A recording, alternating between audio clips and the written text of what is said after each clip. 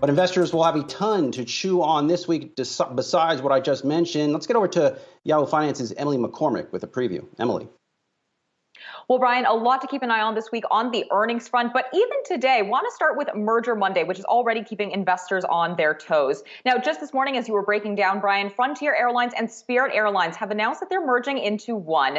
Now, currently, they're the two biggest budget airlines domestically. And after this deal closes, it will become the fifth largest airline in the U.S. Now, the deal is valued at about $6.6 billion. And after it's closed, Frontier will control a slight majority of the combined airline at 51.5%.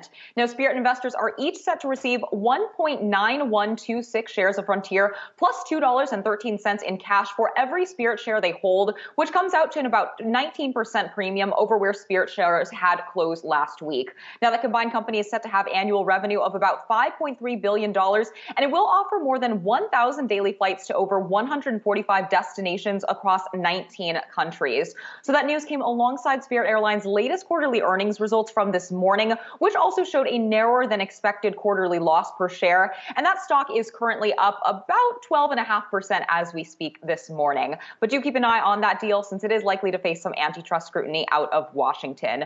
But elsewhere on the earnings front, also want to highlight some of the other major names that we have on the schedule in the coming days. That includes Take-Two Interactive tonight, Peloton and Lyft reporting results tomorrow, and Uber and Disney on Wednesday. Now, zooming in really quickly on Peloton, of course, this earnings report comes amid reports that it's attracting potential buyers from the likes of Amazon and Nike, among potentially some others as well. That stock is still up about 29% this morning, really extending those gains from after those reports were first emerging early on over the weekend, late in the day on Friday. And then in terms of Disney earnings, also want to quickly highlight those as well, because all eyes are going to be on Disney Plus streaming performance after Netflix's disappointing streaming growth and guidance from its own quarterly results just a few weeks ago. So any updates about whether Disney Plus is continuing its momentum will be closely watched, along with any updates about how performance and in-person traffic is doing at its theme park. So definitely a lot to watch on the earnings front this week, guys.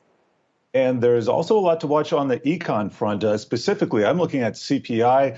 We're set for that in a couple days. And I'm looking at the headline print, 7.3%. That's what the street is expecting. That would be ticking up from 7%. And I don't have to tell you this, Emily, that is the highest number that we've seen in young Brian Chung's lifetime. So what are the details behind this? Well, that's right, Jared. So this would be the fastest increase on an annual basis that we'd see for the CPI since 1982 if it comes in as expected, taking out that 4-decade high that we saw back in December as well. And on a month-over-month basis, the CPI would also likely match December's 0.5% increase. And then even excluding those more volatile food and energy prices, CPI is expected to rise by 5.9% on an annual basis, which would also represent the biggest jump in that core measure since 1982. So this inflation data is really going to be in focus, especially after that stronger than expected payrolls report that we got out in the January jobs report, really affirming this narrative for the Federal Reserve that the U.S. economy has recovered sufficiently to perhaps warrant a quicker move away from accommodative monetary policy and towards tightening. So all of this is going to help inform investors as to whether we should be expecting 5 interest rate hikes, perhaps more or less, depending on how this data evolves, but certainly a lot to be keeping an eye on both the earnings and economic data fronts, guys. Emily McCormick, thanks so much.